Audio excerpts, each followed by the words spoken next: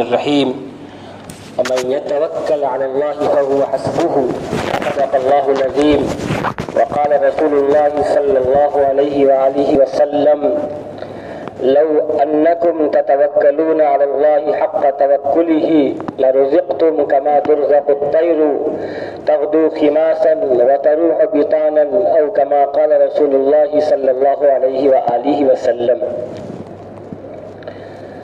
بزرگان محترم،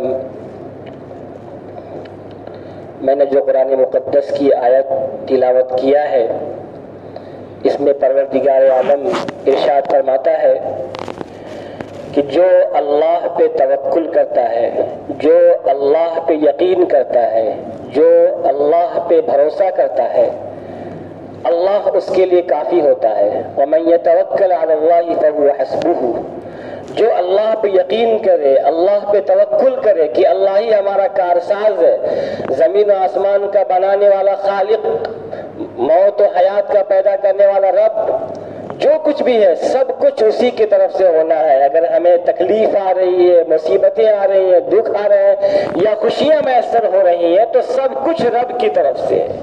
وَمَن يَتَوَكَّلْ عَلَى اللَّهِ فَهُوَ حَسْبُهُ، جب انسان کا یقین بن جائے گا، اللہ کی ذات پہ اس کا توکل ہو جائے گا، فَهُوَ حَسْبُهُ، تو اللہ اس کے لیے کافی ہو جائے گا۔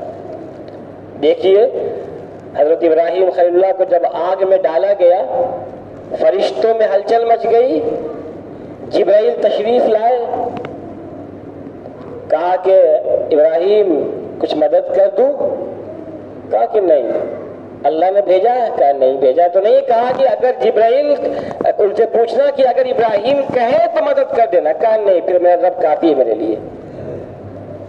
تو اس طرح سے فرشتوں سے بات ہوئی اور انہوں نے کیا کہا؟ حسبنا اللہ ونعم الوکیل، کہ اللہ ہمارے لیے کافی ہے، وہی ہمارے لیے بہترین کارساز ہے، ہمارا کام بنانے والا خود خالق کائنات ہے۔ جب یہ بات اللہ نے کہی تو اللہ نے نہ حضرت جبرائیل کو لگایا، نہ میکائیل کو لگایا، نہ اسرائیل کو لگایا، نہ اسرافیل کو لگایا، کسی فرشتے کا استعمال نہیں کیا، ڈائریکٹ اللہ نے خود آگ کو خطاب کیا، یا نار کونی بردًا وسلاما علی ابراہیم، کہ اے آگ ٹھنڈی ہو جا اور سلامتی بن جا ابراہیم پہ۔ آگ کا کام کیا ہے؟ آگ کا کام جلانے کا ہے، لیکن جلانے کی صفت کس نے پیدا کیا؟ اللہ نے پیدا کیا۔ اللہ مسبب الاسباب ہے، سبب پیدا کرنے والا وہ ہے۔ چھری کا کام کاٹنے کا ہوتا ہے، اللہ نے منع کر دیا، اسماعیل کو چھری نے نہیں کاٹا۔ چھری کا کام کاٹنے کا ہے، چھری کاٹ دے گی، لیکن جب رب کا حکم آ گیا چھری نے نہیں کاٹا اسماعیل کو۔ تو جو اللہ پہ توکل کرتا ہے، اللہ پہ بھروسہ کرتا ہے، اللہ اس کے لیے کافی ہو جاتا ہے۔ اور حدیث پاک میں اس کے لیے بڑی بشارتیں آئی ہیں، جو اللہ پہ توکل کرنے والے ہیں، اللہ پہ یقین کرنے والے ہیں۔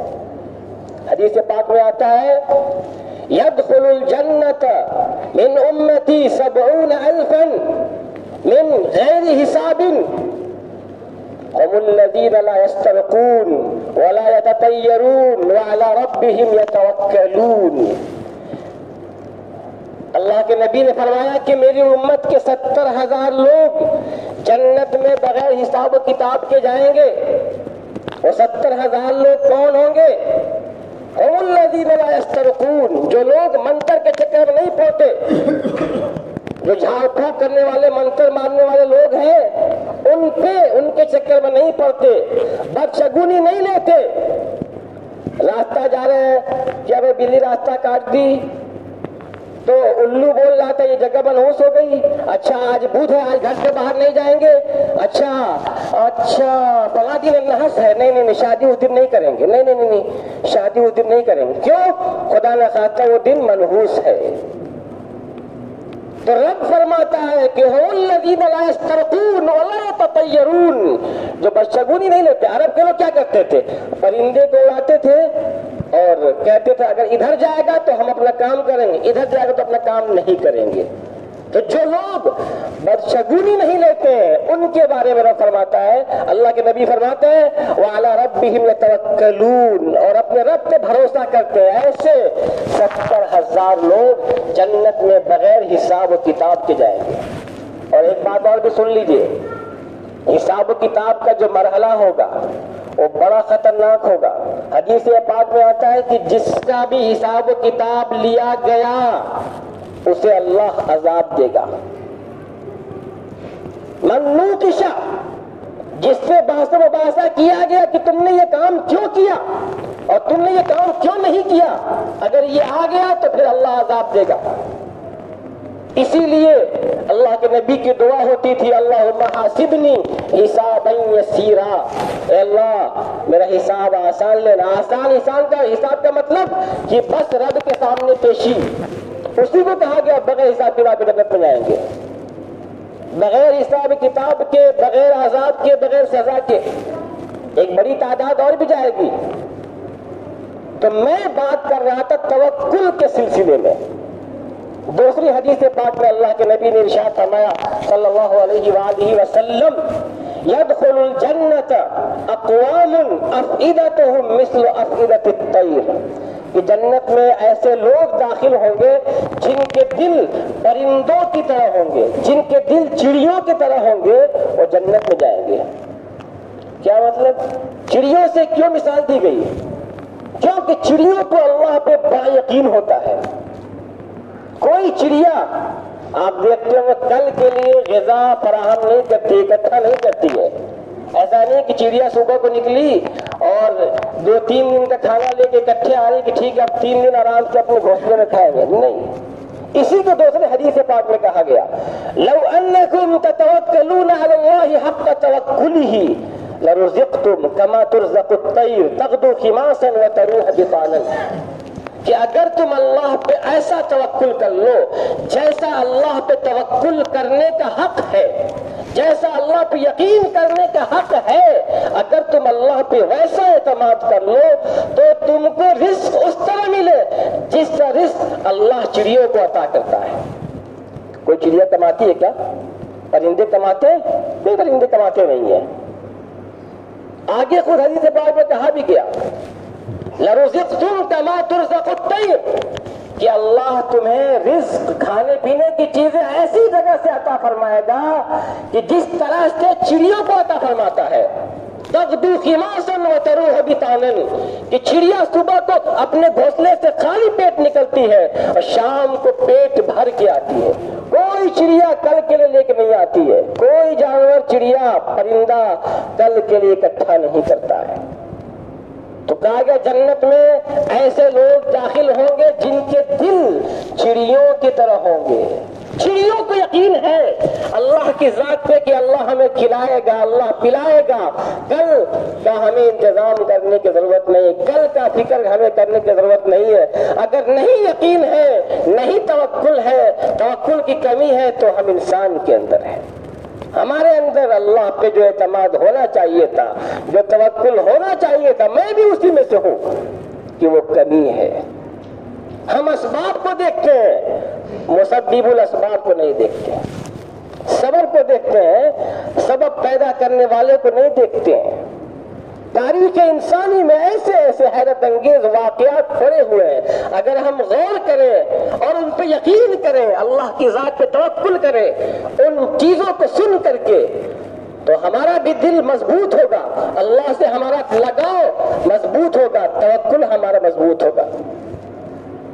طبرانی شریف میں کتاب الدعا میں ایک بڑا ہی عجیب و غریب واقعہ لکھا ہوا ہے۔ سیدنا عمر فاروق اعظم رضی اللہ عنہ کے پاس ایک شخص آتا ہے، اس کے ساتھ اس کا بیٹا بھی تھا، دونوں باپ بیٹے بالکل ایک ہی جیسے، ہو بہو دونوں کی شکل مل رہی تھی، صرف عمر کا فرق تھا۔ بظاہر جو جیسا باپ اسی طرح بیٹا بھی دکھ رہا تھا۔ آپ نے فرمایا کہ میں نے پہلی بار باپ اور بیٹے میں اتنی مشابہت دیکھی ہے، باپ بیٹے میں اتنی یکسانیت، اتنی مشابہت میں نے پہلی بار دیکھی کہ جس طرح کا باپ اسی طرح کا بیٹا۔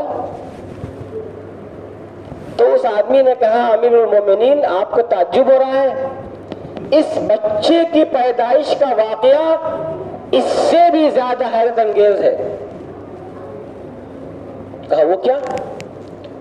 کہا امیر المومنین جب یہ بچہ ماں کے پیٹ میں تھا اس وقت حکم ہوا اللہ کے راستے میں جہاد کرنے کا۔ میں نے اپنی بیوی سے کہا کہ میں جنگ کرنے جا رہا ہوں اللہ کے راستے میں، مجھے اجازت دو۔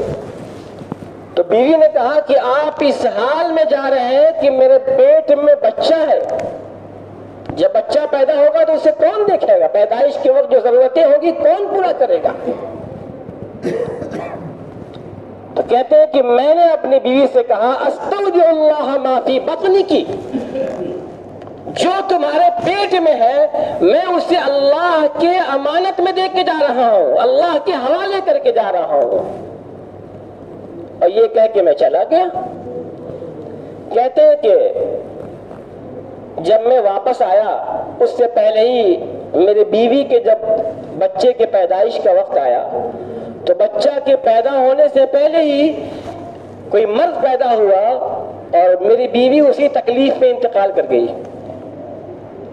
جب میں واپس آیا تو مجھے یہ افسوسناک خبر دی گئی کہ تمہاری بیوی کا انتقال ہو گیا ہے۔ مجھے شدید تکلیف ہوئی، بہت افسوس ہوا۔ پھر میں اس کی قبر پہ گیا، جا کے میں نے اظہار ثواب کیا، دعائیں کی اپنی اہلیہ کے لیے۔ پھر میں اپنے گھر چلا آیا۔ مدینے کا واقعہ ہے، جنت البقیع میں اس کو دفن کیا گیا تھا۔ کہتے ہیں کہ رات کے وقت اس قبر سے ایک عجیب قسم کی روشنی پھوٹ رہی تھی۔ تو کہتے ہیں کہ میں نے لوگوں سے کہا، رشتہ داروں سے کہا کہ یہ روشنی صرف میں دیکھ رہا ہوں یا آپ بھی دیکھ رہے ہیں؟ تو لوگوں نے کہا نہیں، یہ روشنی تو ہم کئی دن سے دیکھ رہے ہیں، جب سے یہ لڑکی یہاں دفن ہوئی ہے روزانہ رات کو یہاں سے روشنی پھوٹتی ہے۔ کہا کہ پھر میں نے کہا چل کے دیکھتا ہوں کیا معاملہ ہے۔ کہتے میں گیا، قبر کے قریب پہنچا، جیسے قبر کے قریب پہنچا تو قبر کھل گئی۔ تو کیا دیکھتا ہوں کہ میری بیوی لیٹی ہوئی ہے اور اس کے پاس ایک بچہ کھیل رہا ہے، ایک ننھا سا بھولا سا پیارا بچہ کھیل رہا ہے۔ پھر ایک آواز آئی آسمان کی طرف سے، ایک منادی ہوئی، اے اللہ کو اپنی امانت حوالے کر کے جانے والے، اپنی امانت اس بچے کو لے لے، واپس چلا جا۔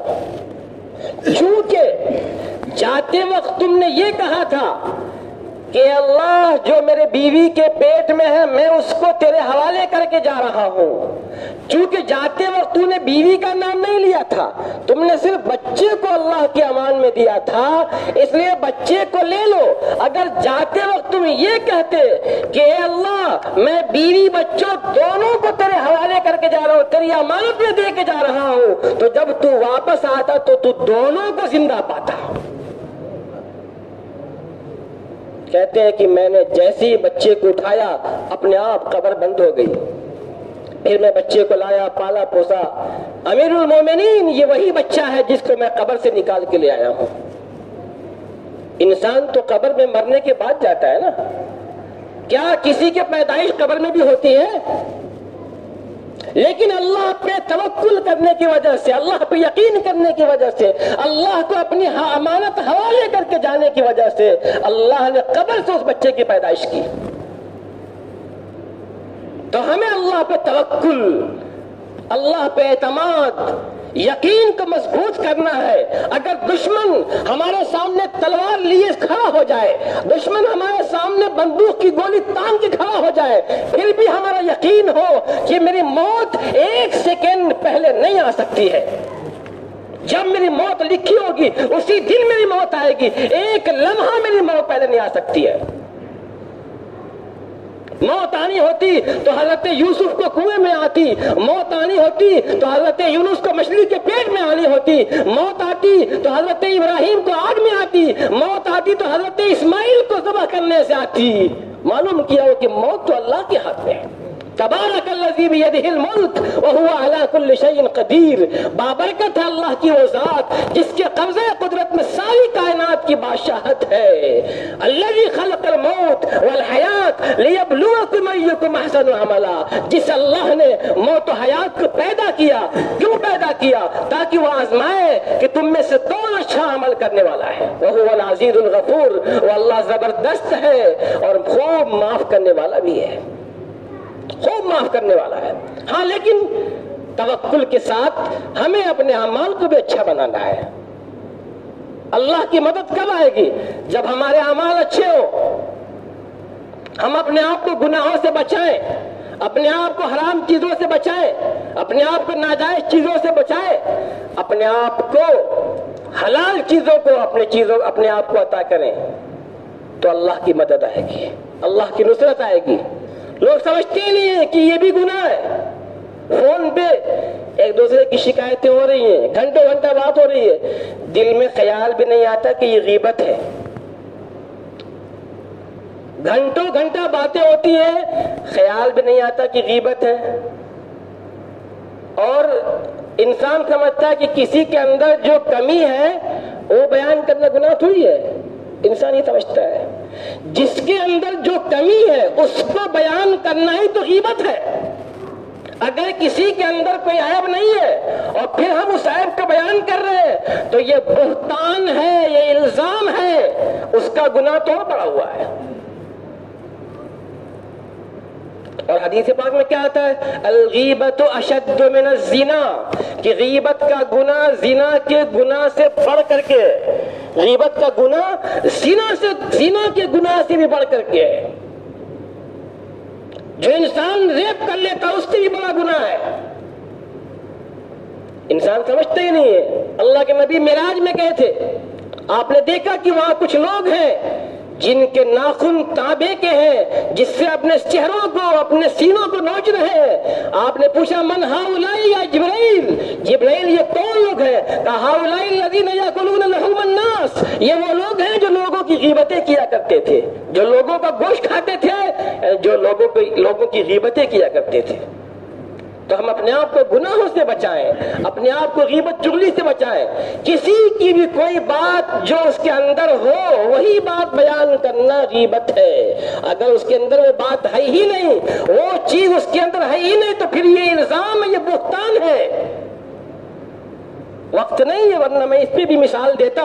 اور ایک بات بتاؤں، یہ اتنا خطرناک گناہ ہے کہ اس سے اپنی نیکیاں اس کے کھاتے میں ٹرانسفر ہو جاتی ہیں۔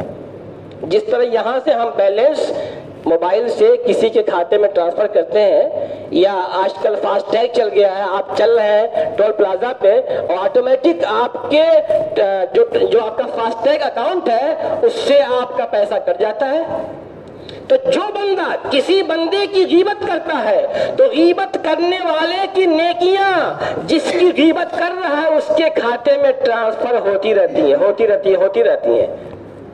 امام اعظم ابو حنیفہ کے پاس ان کے بارے میں سفیان ثوری سے پوچھا گیا کیسے ہیں؟ تو کہا کہ بڑے بخیل شخص ہیں۔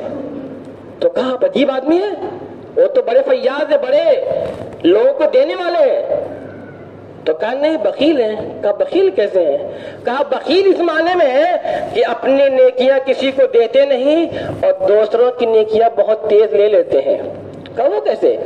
کہا بات یہ کہ لوگ ان کی بڑی شکایتیں کرتے ہیں، لوگ ان کی شکایتیں کرتے ہیں، تو جو لوگ امام ابو حنیفہ کی شکایت کرتے ہیں ان کی نیکیاں ان کے کھاتے میں آ جاتی ہے، اور چونکہ وہ اس کا جواب نہیں دیتے تو اپنی نیکیاں کسی کو دیتے نہیں ہیں، اس معاملے میں وہ کنجوس بخیل ہے۔ تو ہم غور کریں کہ ہم کیا کر رہے ہیں۔ ہماری نیکیاں ہمارے کھاتے سے ٹرانسفر ہو رہی ہیں، ہماری نماز، ہمارا روزہ، ہماری زکوٰۃ سب کچھ ضائع ہو رہی ہے۔ حدیث پاک میں آتا ہے، بس آخری بات میری، کہ من المفلس، مفلس کون ہے، غریب کون ہے؟ صحابہ نے کہا یا رسول اللہ جس کے پاس پیسے نہ ہو درہم و دینار نہیں مفلس ہے؟ کہا نہیں، مفلس تو وہ ہے جو کل قیامت کے دن حشر کے میدان میں نیکیوں کا ذخیرہ لے کے آئے گا، نیکیوں کا انبار لے کے آئے گا، لیکن اس نے کسی کو برا بھلا کہا ہوگا، اس نے کسی کو گالیاں دی ہوگی، کسی کا کچھ کیا ہوگا، ستایا ہوگا، سب اپنا حق لینے آئیں گے، ایک ایک کر کے نیکیاں بڑھتی جائیں گی، سب نیکیاں بڑھ جائیں گی، اس کے باوجود بہت سے لوگ بچے ہوں گے جن کی غیبت کیا ہوگا، جن کی شکایتیں کیا ہوگا، جن کی زمین ہڑپ کے بیٹھا ہوگا، وہ سب لوگ آئیں گے۔ اور سنیے، وہ لڑکیاں بھی آئیں گی جو باپ اپنی بیٹی کو وراثت میں حصہ نہیں دیتا ہے، وہ بیٹی بھی وہاں آئے گی۔ وراثت کی بہت بڑی کمی ہے کہ ہمارے یہاں لوگ لڑکیوں کو وراثت میں حصہ نہیں دیتے، وہ بھی وہاں پہ آ جائیں گی۔ تو اس طرح سے ایک ایک کر کے نیکیاں لی جائیں گی، تمام نیکیاں ختم ہو جائیں گی، پھر بچیں گے کچھ لوگ جن کو گالیاں دیا ہوگا، جن کی غیبتیں کیا ہوگا، کہے گا یا اللہ آپ کہاں سے دوں؟ رب فرمائے گا کہ ان لوگوں کے گناہ اس کے سر لاد دو۔ تمام لوگ جن کی شکایتیں کیا ہوگا، جن کی غیبت کیا ہوگا، ان کے گناہ اس بندے کے سر لاد دیا جائے گا اور پھر اس کو گھسیٹ کے جہنم میں ڈال دیا جائے گا۔ جس کام کی ہماری نماز، جس کام کا ہمارا نو روزہ، جس کام کا ہمارا حج اور جس کام کی ہماری نفلی نماز، جس کام کے ہمارا صدقہ و خیرات، اگر ہم نے اپنے آپ پہ، اپنی زبان پہ کنٹرول نہیں کیا تو 5 وقت کی نماز پڑھنے والے، تہجد کی نماز پڑھنے والے فون پہ گھنٹوں گھنٹہ غیبت کر رہے ہیں، سمجھتے نہیں کہ گناہ بھی ہے۔ اللہ ہم سب کو اس گناہ سے اور تمام حرام کاموں سے بچائے۔ وآخر دعوانا ان الحمدللہ رب العالمین۔